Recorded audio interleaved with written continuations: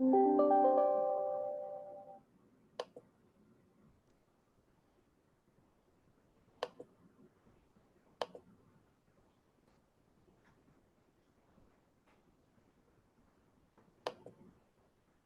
people are still trickling in, so I'm going to get everybody in and then we will start.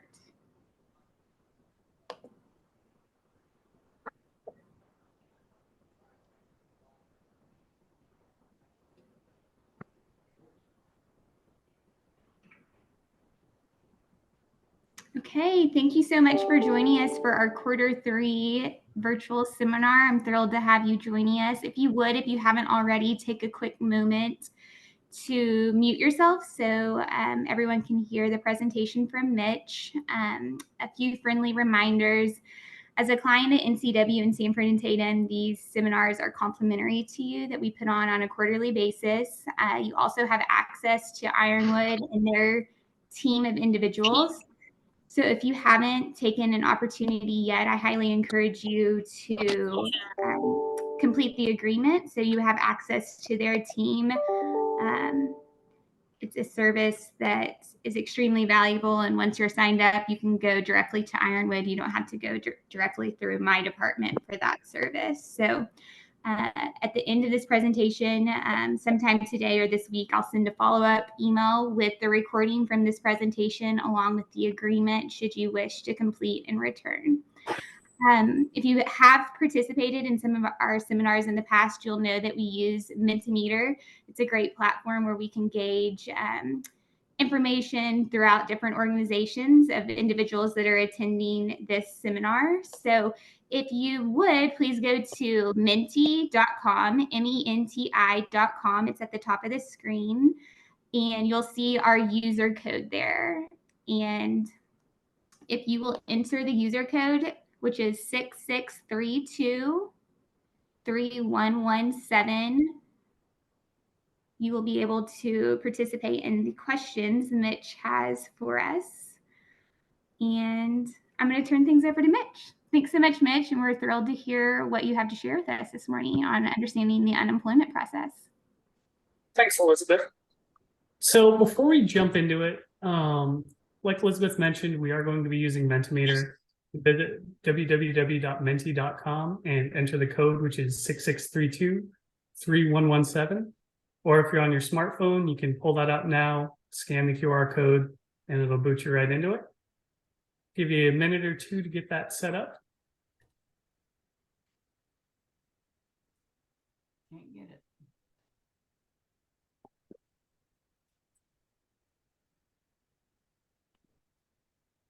All right, and just to make sure everything's working, I have a quick test question.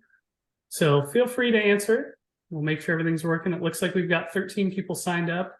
If you need to still, the QR code's right there. You can also, again, go to menti.com, enter the code 6632-3117. And the reason I asked this question is I want to get a better understanding of kind of where everybody's at, what kind of recent claims they've had, just so I can focus on trying to give pointers in key areas as part of the presentation.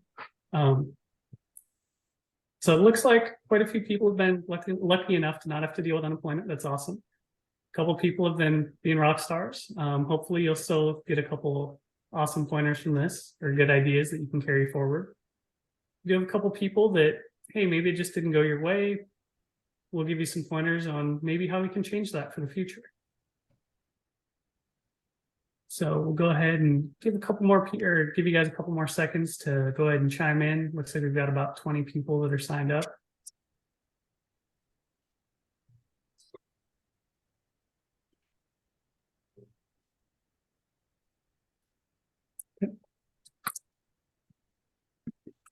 All right, so we'll go ahead and jump into it. So what we're going to be covering today are the fundamentals of unemployment.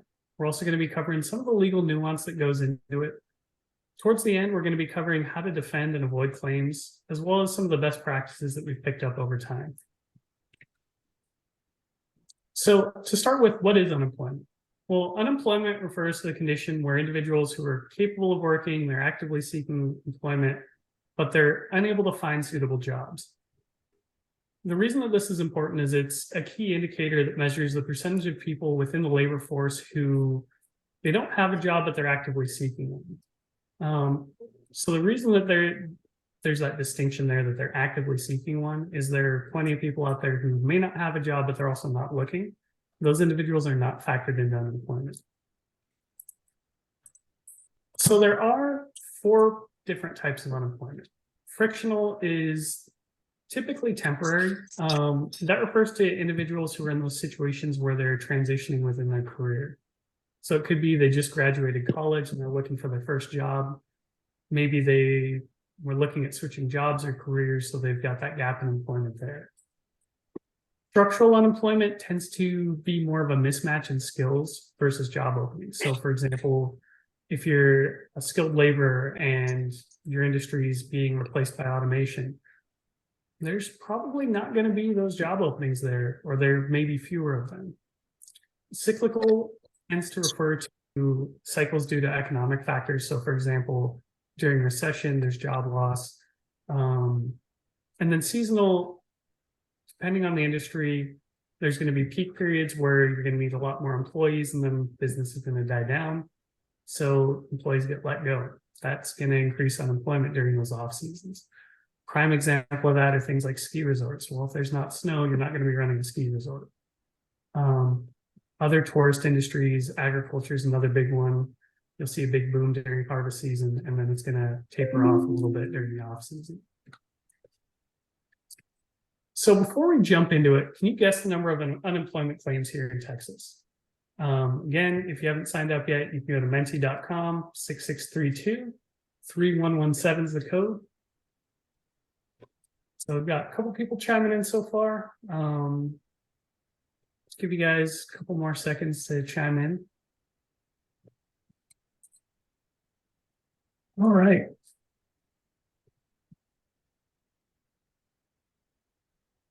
Yeah, it looks like most of you got that correct. So the exact amount as of last week was 53,670 open claims. So most of you said within that 50 to 75,000 range, you're spot on. So it's quite a few. If you want to break it down by industry, so the top 5 are going to be temp services, professional employment organizations or PEOs, oil and gas, and food service. Of course, temp services are going to be big just because once a job ends, there may not be another job available right away. That's going to cause a gap in employment and unemployment. PEOs, again, that's very client-based, so that's why there's an uptick there. If a client decides they no longer need the service, that's going to impact people's jobs. Oil and gas definitely isn't for everyone. I know I probably couldn't hack it, so that's why there's high number of claims there. And then food service, both full service and limited service restaurants also have a high number of unemployment claims. That tends to be because they're more temporary employment. There are some restaurants that people look at it as more of a career, but for kind of standard wait staff, servers, things like that, it's not quite as much of a career move where people are looking to stick around for a long time. So the importance of understanding the unemployment process is there's a lot of different factors that go into it. If you understand the unemployment process and understand what it can symbolize, it'll allow you to make decisions about your company. So for example, high levels of unemployment can lead to economic downturns, while low levels tend to be an indicator of a healthy, robust economy. As far as an individual level, unemployment can have profound effects on people's lives. So things like loss of income, like we'll cover later on, typically unemployment payments are around half of what their previous paycheck was. So there's going to be significant impact on those employees that are receiving an unemployment claim. If they're not unemployment, that's going to be an even more significant impact on their financial income. So aspect can help you understand kind of where employees are coming from and some of the challenges that face an employee. Social welfare is another one that gets hit. I mean, in periods of high unemployment, people are drawing on that unemployment. They're drawing on other social programs. Those programs are going to get strained. It's going to further drive inequality between high-income earners and those without. Understanding the unemployment process can also help you gauge different labor market dynamics. So for example, the tech industry during the pandemic, there was actually really low unemployment because all these companies were looking at the boom in remote work. So all these tech companies were bracing for that. They started hiring up all these developers. Well, towards the end of the pandemic, they realized, oh, we overhired. So if you've been following the trends in tech over the last couple of years, all the big companies were having pretty big layoffs because they overhired. So now it's kind of balancing back out. High unemployment in specific industries can also be have financial impacts. So financial markets, investors, they closely monitor unemployment rates because high unemployment can indicate that there's going to be decreased consumer spending or economic uncertainty.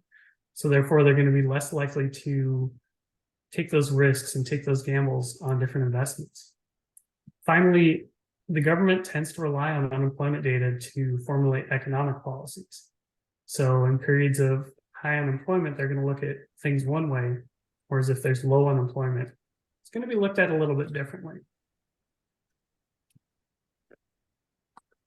So as far as the impact on the individual, obviously financial hardship is pretty straightforward. If you're not working, you're not generating income, even if you're on unemployment benefits, you're not going to be making as much as you were when you had a full-time job. Less visible is the mental and emotional aspect of it. If you're one of those individuals who takes pride in their ability to provide for themselves and their family, it's going to rock your confidence a little bit when you're unable to do that. There's going to be increased anxiety, depression, stress.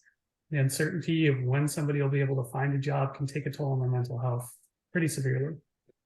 It's also going to have reduced customer spending or consumer spending. So if somebody's on unemployment, they're probably not going to be going out to dinner as much. They're not going to be spending on extraneous purchases.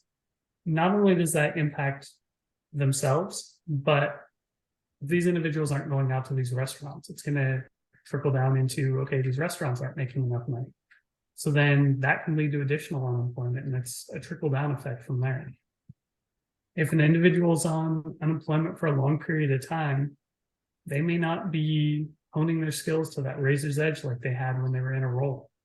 Yes, some people take that opportunity to go out and get certifications, get additional training, things like that. But there are also plenty of people that don't have those resources to do that. So their skills tend to stagnate in those periods. Finally, there's a pretty big strain on public resources when unemployment's high. So things like social programs, they tend to get hit pretty hard when there's periods of high unemployment. More people are drawing on them, therefore there's less resources to go around. So, but how does this impact your company? Obviously, the first one's financial impact, and we'll be getting into tax rates and chargebacks here in a little bit. But if you have higher unemployment rates, you're going to see those higher taxes reflected in payroll. There's also additional administrative costs. I mean, if you're needing to pull people away to fight claims more often, that's going to not only impact because you've got the actual labor cost of it, but you're also going to have that administrative impact where more work is going to be needed to contest those claims.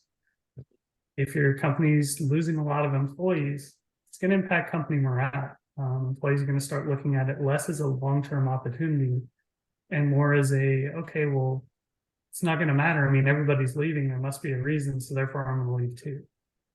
It can also impact your ability to plan ahead. So if your company's losing a lot of employees, it's harder to plan for that. If your attrition's high, you may not be able to forecast into the future or help the company grow because you're just trying to backfill these positions that you're losing. It can also impact the company's reputation. Again, if it's a company where you're losing a lot of employees, people see that. They go, okay, there must be a reason nobody wants to work here.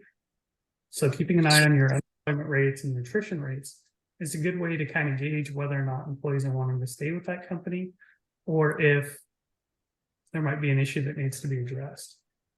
It's also a good idea to take a look at industry-wide. I mean, for example, the security industry. I don't know where it's at currently, but a couple of years ago, the average was about 6 months for length of employment. So if you're lower than that, that might be an indicator that there could be an issue there that needs to be looked at. And finally, legal compliance. A lot of the times, different things like discrimination claims, things like that, they'll look at unemployment claims. So if you've got 8 or 9 claims that are all alleging retaliation, and the EEOC gets a complaint, and they see the evidence that, okay, you've had all these complaints of retaliation that are outlined in these unemployment claims, they're going to use that as additional evidence against the company. So you're going to want to be strategic with addressing this, so you can be proactive with your workforce planning, making sure that you're in compliance with labor laws. That way you can mitigate those potential legal risks and help insulate the company as much as possible. So from the unemployment side, there's a lot of different factors that go into it. First and foremost is the eligibility criteria. So employee loses their job, they're filing for unemployment. Different states will have different things that they look at, but they can be influenced by multiple different factors, such as the reason for separation. Resignations are looked at differently than terminations for cause. Understanding that criteria is crucial when you're trying to defend or contest a claim, because you'll know how you need to craft that argument to make sure that you're presenting the best case possible. There are employer responsibilities associated with that. You do have legal obligations, including providing accurate information about separations, responding to those claims promptly, and adhering to state and federal laws regarding unemployment insurance contributions. Like I covered, state and federal laws do differ a little bit. It's always a good idea to get familiar, because then you can have a better understanding of how those application procedures work and how they're going to impact your company. For example, during the pandemic, there were additional programs that were pushed out that included temporary extensions, changes in benefits amounts. They added additional eligibility criteria. So making sure that you're staying on top of things like that can allow you to prepare and address those situations. We'll be covering the appeals process more in depth later on, but companies and individuals both have the opportunity to appeal a claim. Overpayments, let's say an employee is overpaid, then the decision's overturned during that appeal process, they could have to pay that back. But I think the biggest thing up here, and we've covered a lot of different topics, documentation is key in anything to do with unemployment. Making sure you're documenting why this decision was made. If you have a resignation, making sure you have it in writing. Things like that are all going to be key, because then you can present the facts accurately. At a previous company I was at, one of the issues we ran into where we were losing a lot of claims was refusal of work. So we were a temp industry, so we'd have contracts that would end. We'd work to try and place employees, but we weren't always documenting those refusals or what was offered. So then employee files for unemployment. Yeah, I mean, we could say that we offered a bunch of stuff, but we didn't have the documentation to show it. So therefore, we're losing a lot of claims as a result of that. So be mindful of that. It's also a good idea to take a look at your state agencies. One resource that I'm going to be emailing over to Elizabeth so she can get out to everybody is the Texas Employers Handbook. It is my go-to resource for any sort of unemployment claim. Particularly, they have a section called qualification issues. If you're looking at a resignation, a misconduct, you're trying to get that medical chargeback exemption, it breaks down the criteria for everything you need. So it's a huge resource to look at. So as far as the unemployment process, the employers, we handle typically more of the reason for separation side. But there's another side that does need to be addressed by the individual filing for unemployment, and that's the job search requirements. They do have to register with the state employment service. They do have to provide proof of their job search. And if they receive a suitable offer, they do have to accept it. So a suitable offer means that generally speaking, the position that they're offered has to align with the individual's skills in previous employment. So for example, if somebody's a high-level director and all they're getting offered are kind of entry-level wait staff positions, that may not be a suitable offer. There's going to be a significant difference in income. There's going to be a significant difference in skill set.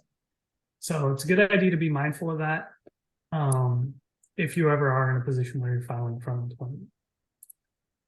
Tying in with that, employees do need to be, or claimants do need to be actively seeking employment. And this is ultimately part of what unemployment's intended to accomplish. It's not meant to be a lifestyle where you're just hanging out on unemployment. Ultimately, it's to provide that financial support so that these individuals can ultimately get back to work. Allows them to continue to be self-sufficient. While it does help measure economic health, ultimately it's there to, open the door, whether that's going back into something similar to their old role, or to give them the opportunity to get some retraining and transition into new opportunities. So ultimately, employees do need to make sure that they're in compliance with those eligibility requirements. They do change a little bit depending on what's going on in the world. For example, if there's a period where there's an economic crisis like COVID-19, some of those requirements may be adjusted or waived. So it's just something to keep in mind.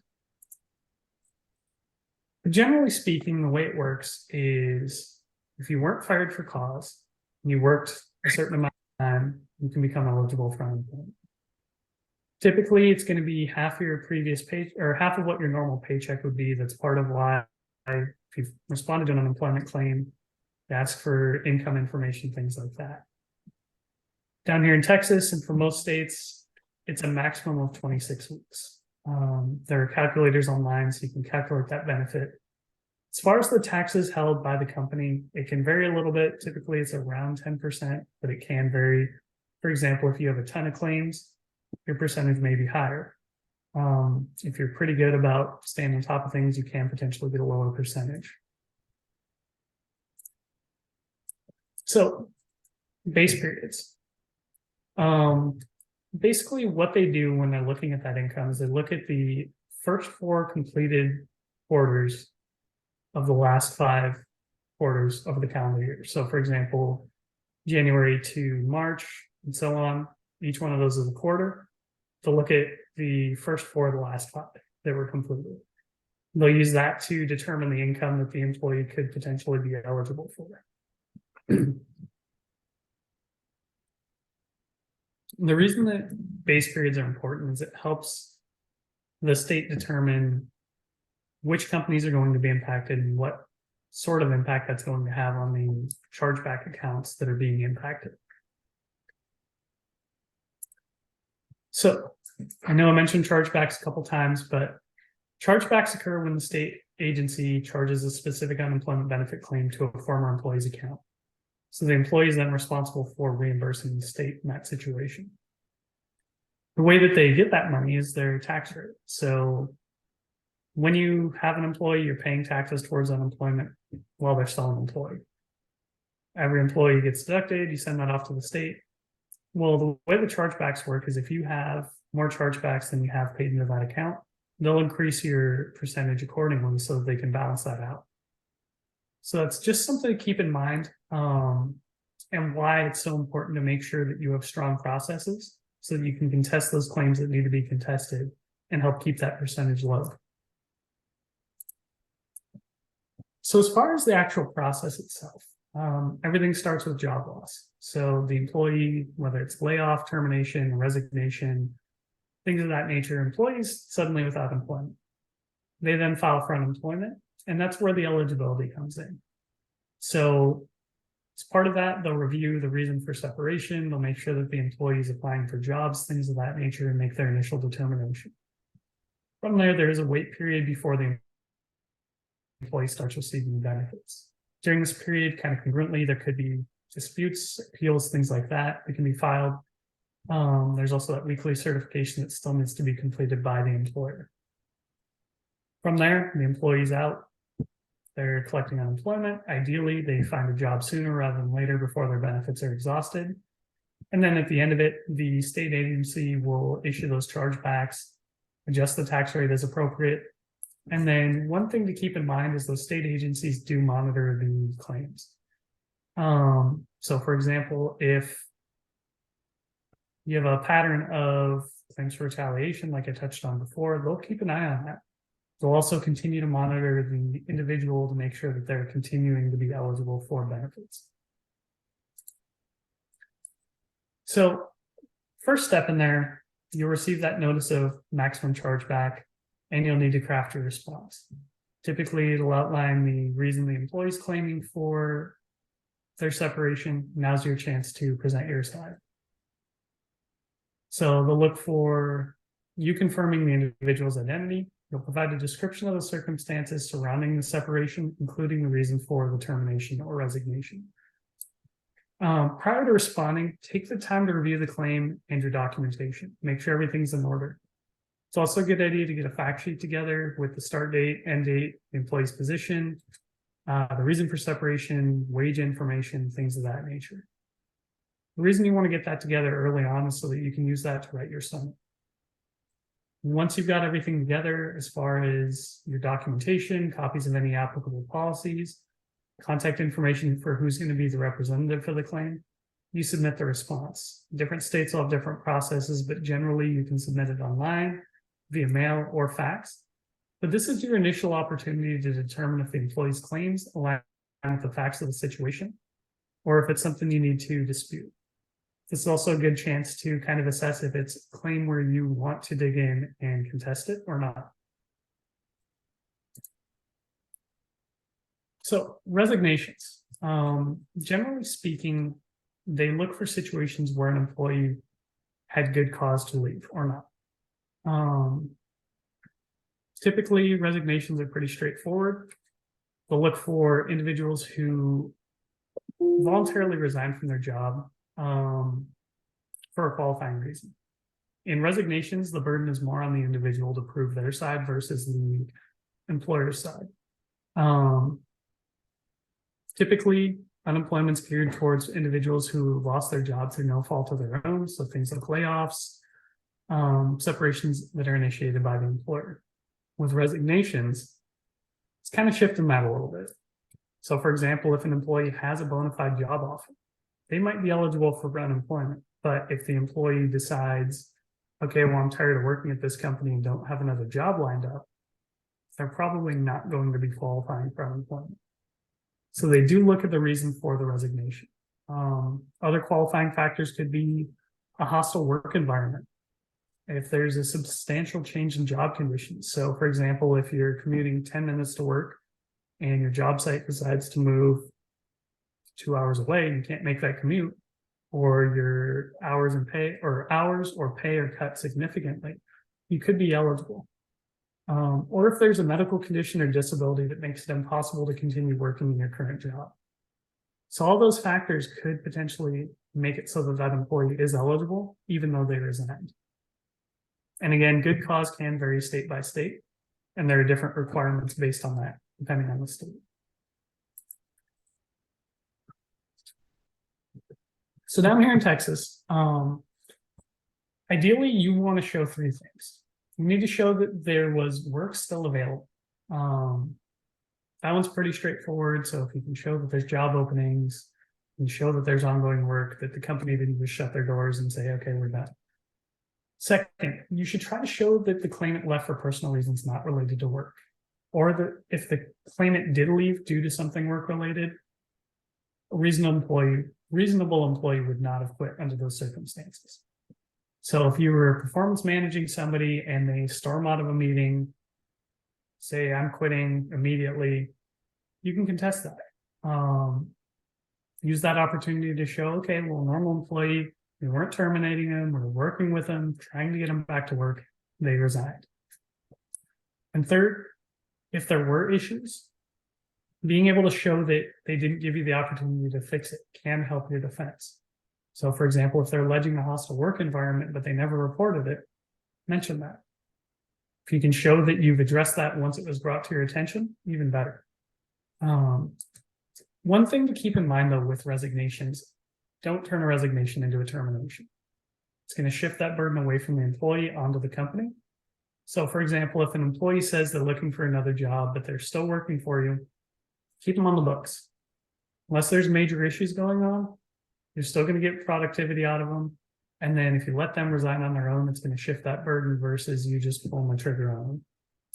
That said, if there are performance issues going on with that employee, still manage them accordingly. Just make sure that you're doing so in a fair and consistent manner. So I know I've been lecturing for a while, but got a scenario here. So you've got an employee that they've given their notice to take another job. Which option might make the employee eligible for unemployment? Firing the employee for not giving notice and not paying the notice period? Paying out the notice period, but letting the employee go immediately?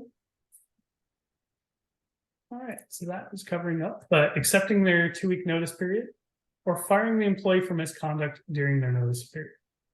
Which one do you think is going to make the employee eligible for unemployment? Give you guys about a minute or so to answer this.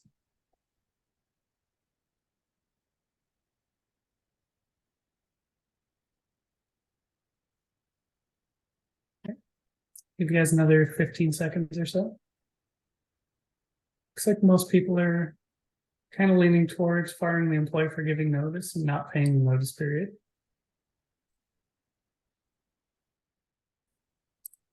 All right. So yeah, if you're firing the employee for giving notice and not paying that notice period, what you've done is you've taken a resignation and you've turned that into a termination at that point. Now, if you fired the employee for misconduct during that notice period, and you have a strong investigation, you have the documentation to show that there were issues that were addressed by that termination and that everything was above board, the employee may not be eligible for unemployment because ultimately it would be their responsibility. But just giving notice isn't grounds for terminating somebody. Where it can get a little bit tricky is if you are letting somebody go immediately, if you pay out their notice period, they're not eligible for unemployment during that period. And you can show that you still honored that notice period that's outlined. If you just accept their 2-week notice period, perfect. It's just like any other resignation. It's ultimately going to come down to why they resign. Where it can get tricky is if an employee puts in their 2-week notice period and then you decide to accept it immediately, you'll want to make sure that you have the documentation in there that the company can adjust the notice period as needed, why that decision was made, and how that was communicated to the employer. So if you accept their 2-week notice period and then you change it, it's more likely going to fall into a termination side versus, hey, we had a discussion with the employee and it was mutually agreed upon to shorten that window.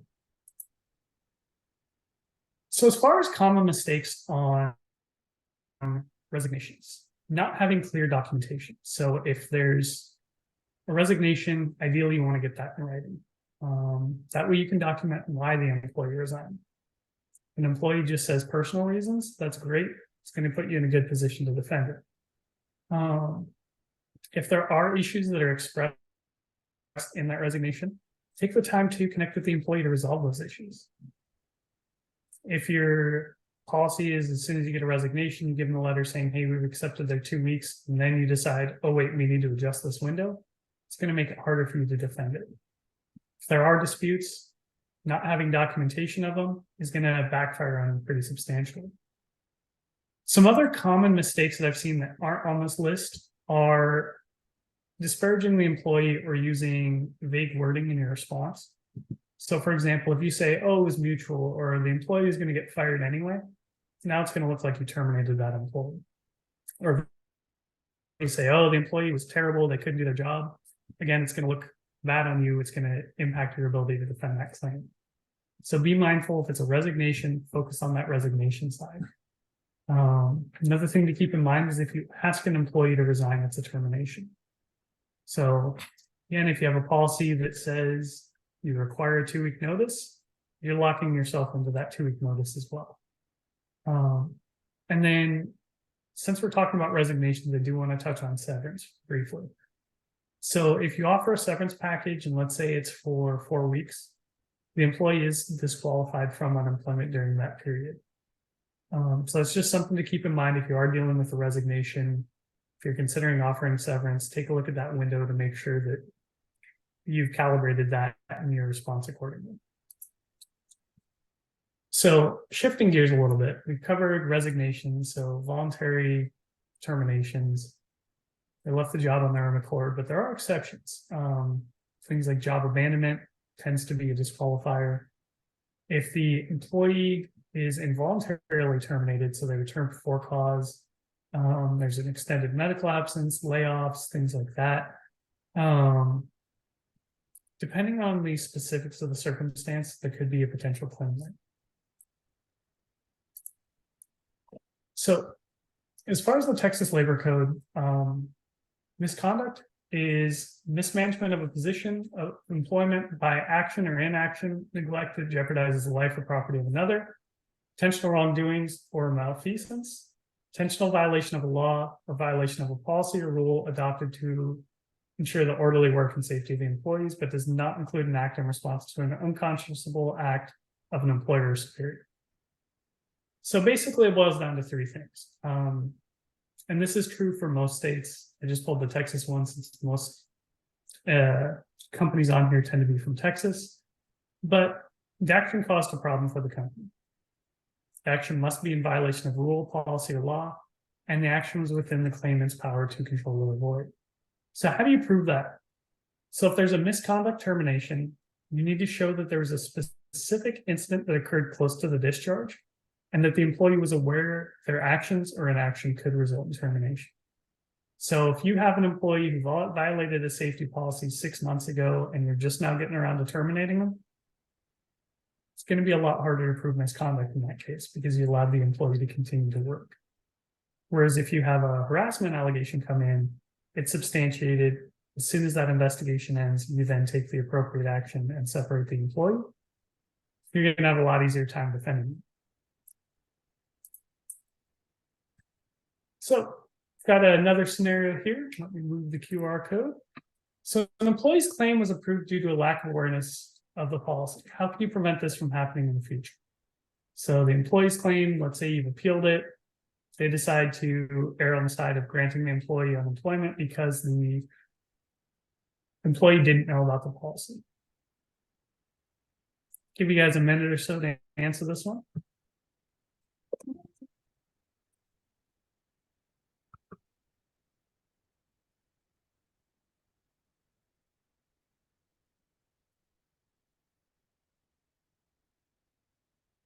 Give you guys another 10 seconds or so. But it looks like everybody's kind of in agreement. Yeah, these are all options you can use to address that specific issue. So one thing, like I mentioned, is the employee has to be aware of the policy. You can't just say, okay, we have this policy that we talk about, it's floating in the background, but it's not written down anywhere. If you update your handbook to detail that policy and you have those signed acknowledgements showing that the employee received a copy of the handbook and that they're expected to read through it, it's going to strengthen your claim considerably. That was one of the first things I'd look for when I was preparing for an unemployment claim, because then I could point to, okay, it's expected that the employee knew what these policies are. If you have progressive discipline, which I strongly recommend you implement, making sure you issue that written final, showing that any further policy violations will result in termination, that's going to strengthen it again.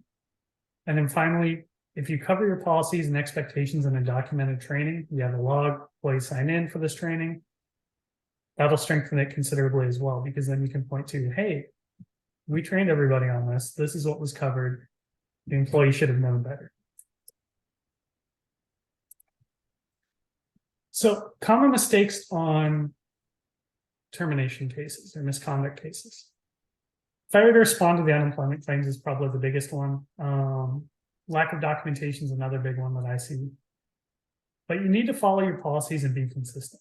So if you have an individual who you've gone through progressive disciplinary, you issued that written final and you terminated them, and then the next employee, same exact offense, you termed them on the first time, it's going to look poorly. If there's a pattern of that, it's going to blow back on you. Like I said, state agencies tend to look at different things. If you're losing a lot of unemployment claims in those situations, it's going to have an impact. Probably the biggest one that I like to stress is don't at-will your employees. Even though you can do it, not only does it allow the employee to come back and say they were terminated for whatever reason, whether it's discrimination, retaliation, you name it, you're not going to have the documentation to support it. Another big one that I see a lot of times is, instead of focusing on the final incident that led to this termination, companies will say, oh, well, the employee's been an issue for a while.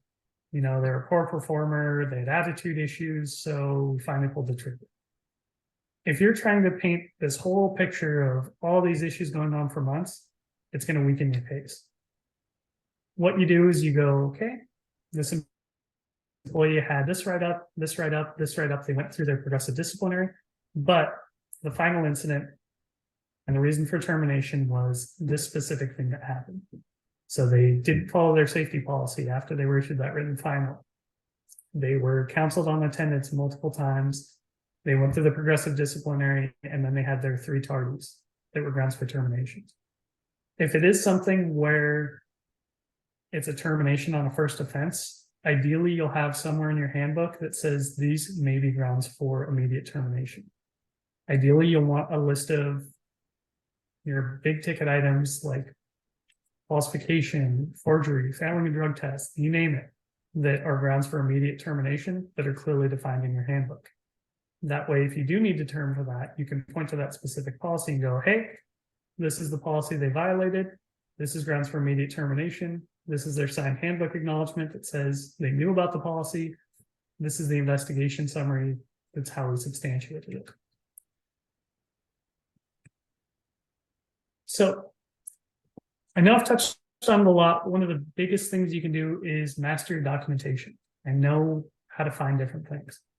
So for resignations, like I said, get it in writing. If you negotiate the notice period, make sure you get that documented so that you can show you're not just arbitrarily shortening it in a situation, that it was mutually agreed upon that the last day was going to be in 1 week instead of 2.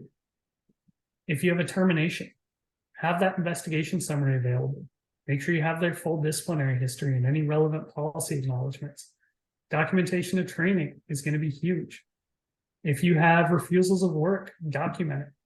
Like I mentioned before, that was a big issue for a previous company where we weren't documenting that and we were losing claims because of it. If it's something where the employee is not medically eligible to work, make sure you have the documentation to show that you've tried to work with that employee. That said, be mindful of what you send in. Touched on medical claims. Obviously, you don't want to be sending in medical records, things like that. But you can show that you've provided them with the medical leave information. You can show that you've worked with them on an accommodation that didn't work out. That's going to strengthen your defense.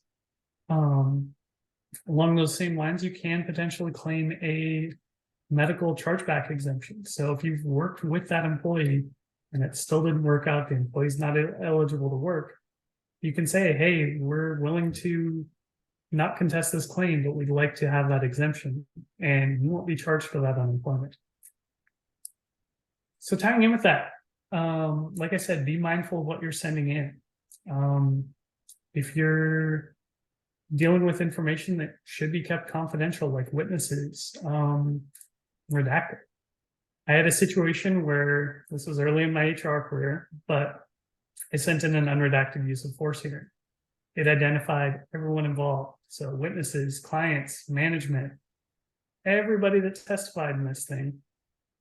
I mean, it was great because it substantiated that this wasn't a termination, that the employee was just removed from the contract, but had contact information for everybody.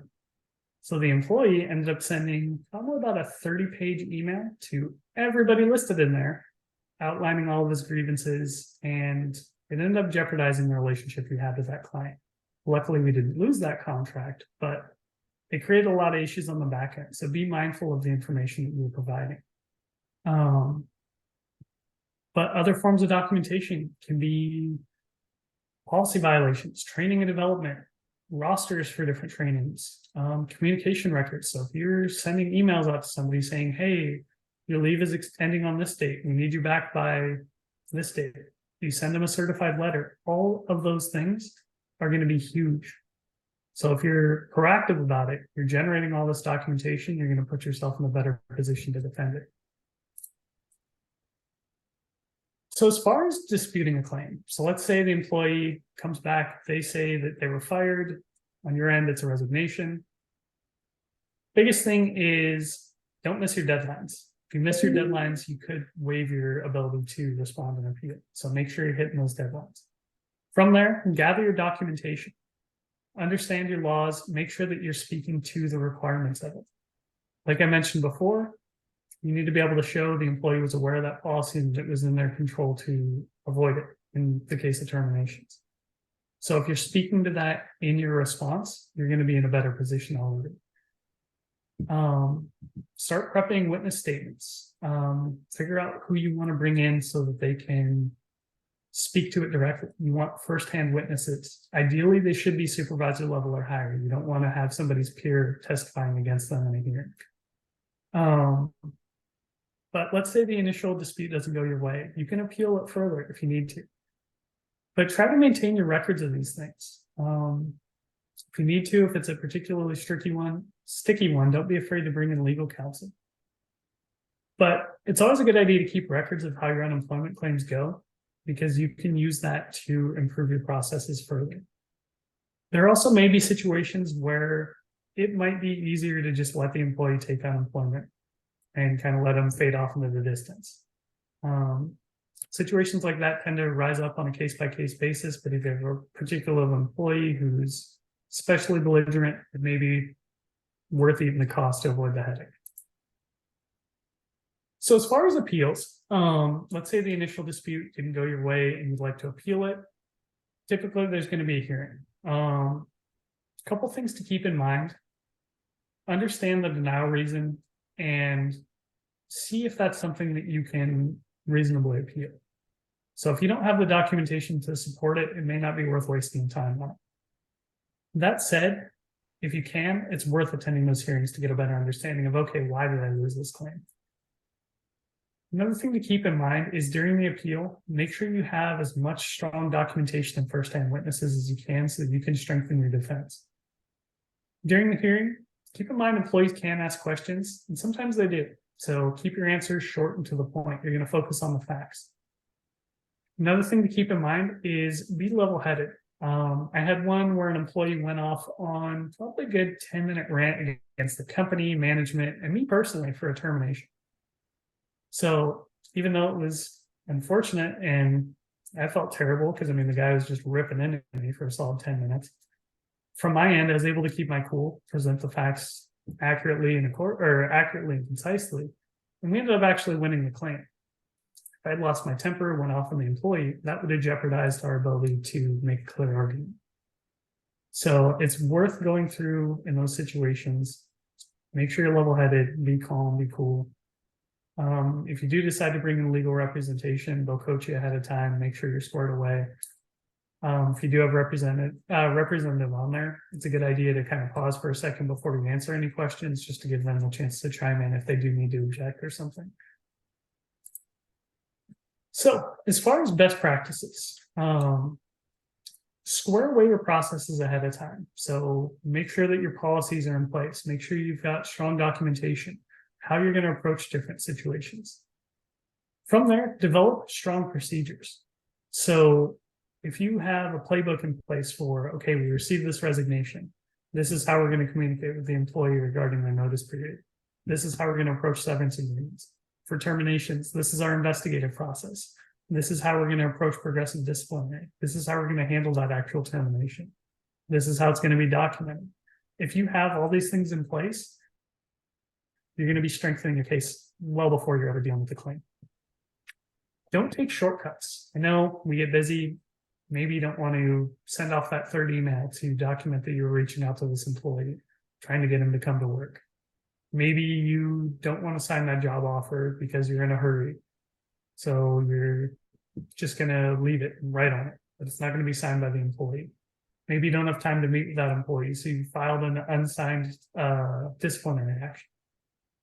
Don't take those shortcuts. Make sure you're doing things the right way every time, because it's going to save you a lot of headaches on the back end. Another best practice, attend those hearings and learn from them. Jim Smith over at NCW sent over some great information to help prepare for this. So one thing he was able to do at in a previous role was they had about a 70% win percentage. He was able to increase that to a 98% win percentage by attending those hearings, looking at okay, why did we lose this one? Why did we lose this one? And implementing those processes and changes so that they could refine their policies, refine their systems, so that next time that same claim came up, they could defend it. Another thing to keep in mind is there have been major lawsuits kicked off by companies losing unemployment claims for the same reasons. So if you have a pattern of employees coming back claiming they returned for retaliation, I mean, the TWC, whichever state you're dealing with, they're state agencies. They do talk to other agencies. So if there's a pattern, odds are it's going to escalate up. Or let's say the EOC decides to look into harassment or something like that. If you have a pattern of unemployment claims that support that, now it's going to go from an isolated incident to something more substantial, which is going to blow back on the company. It's going to increase the fines you're going to face. So make sure that your processes are airtight ahead of time, and it's going to save you a lot of headaches on the back end. Another thing, look at each situation because there could be unique challenges and opportunities. So with medical separation, let's say an employee exhausts their FMLA, you grant a 30-day medical leave and the employee's still not able to come back to work. You could potentially seek that exemption on your chargeback account, like I touched on before. If it's a situation where you terminated this employee, look at the specifics of that case and craft your response to it accordingly. Like I touched on before, there may be times where it's a better idea to just let the employee take unemployment. But if you're looking at each case on its own merits, you'll be putting yourself in that position to better prepare for the future. So with that, I did want to save a couple minutes and just give everybody the opportunity to ask any questions they have. You can pop them in chat or you can chime in.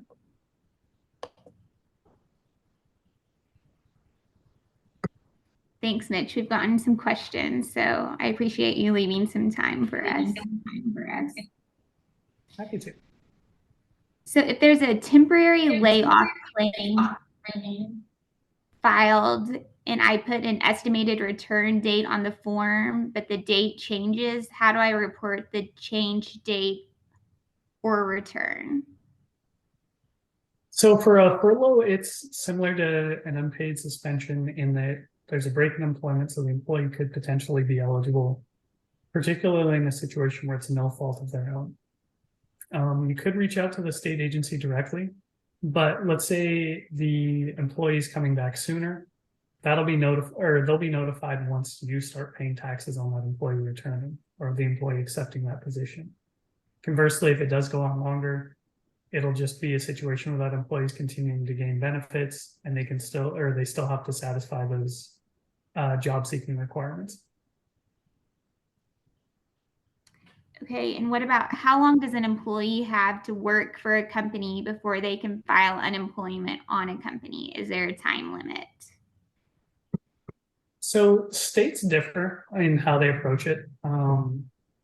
Washington, where I cut most of my teeth in the unemployment realm, they would look at the most significant employer for that period.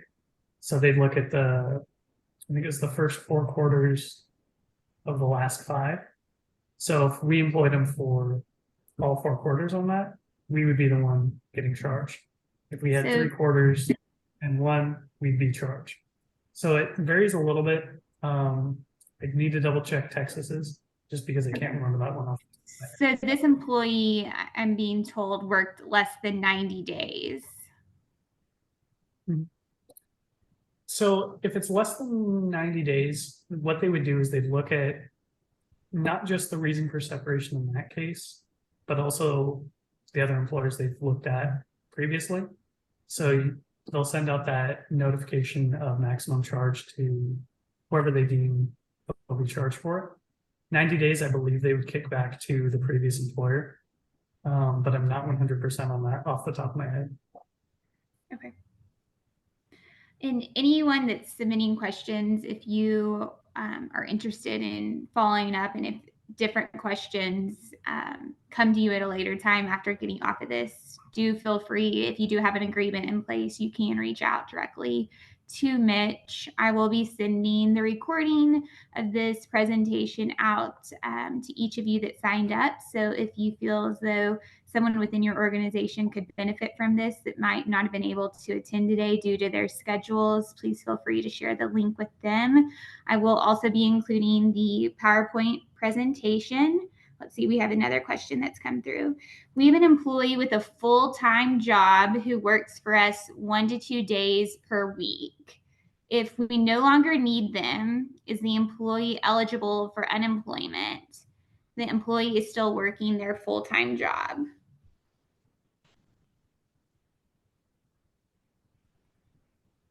Oh, Mitch, we can't hear you.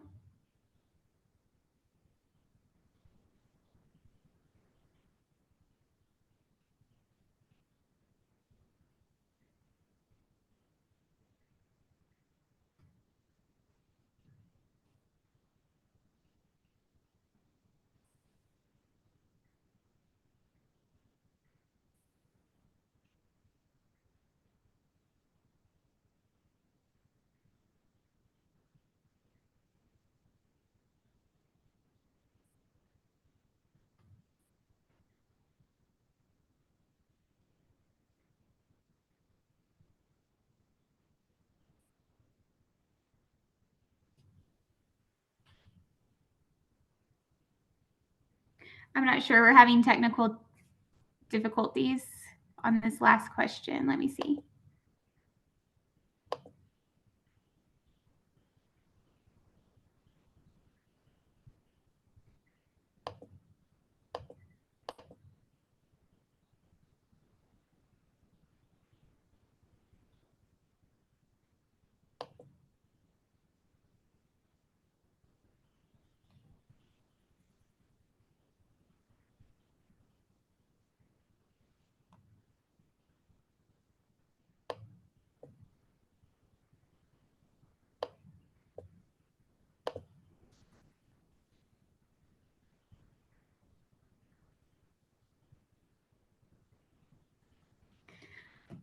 So I've taken a photo of that question and I will follow up with Mitch and send that response to that question in my follow-up email. And that'll give Mitch an opportunity to also look up the 90 days, confirm that question as well. But I guess good timing in that things stopped working at the very end of the presentation, but I do appreciate each of you taking time out of your day to join us for our Q3 seminar. And if I can assist in any way, please don't hesitate to reach out. Oh, it looks like Mitch is trying to get back in. Let's see.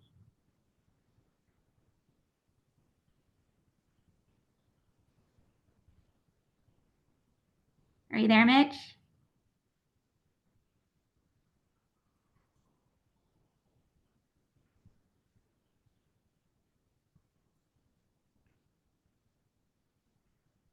Okay, with that being said, I know you probably each have somewhere to be at 11, so I'm going to let you all go, but I will send a follow-up with that question and the confirmation on the 90 days, and I do appreciate each of you joining us today. Have a great week. Bye.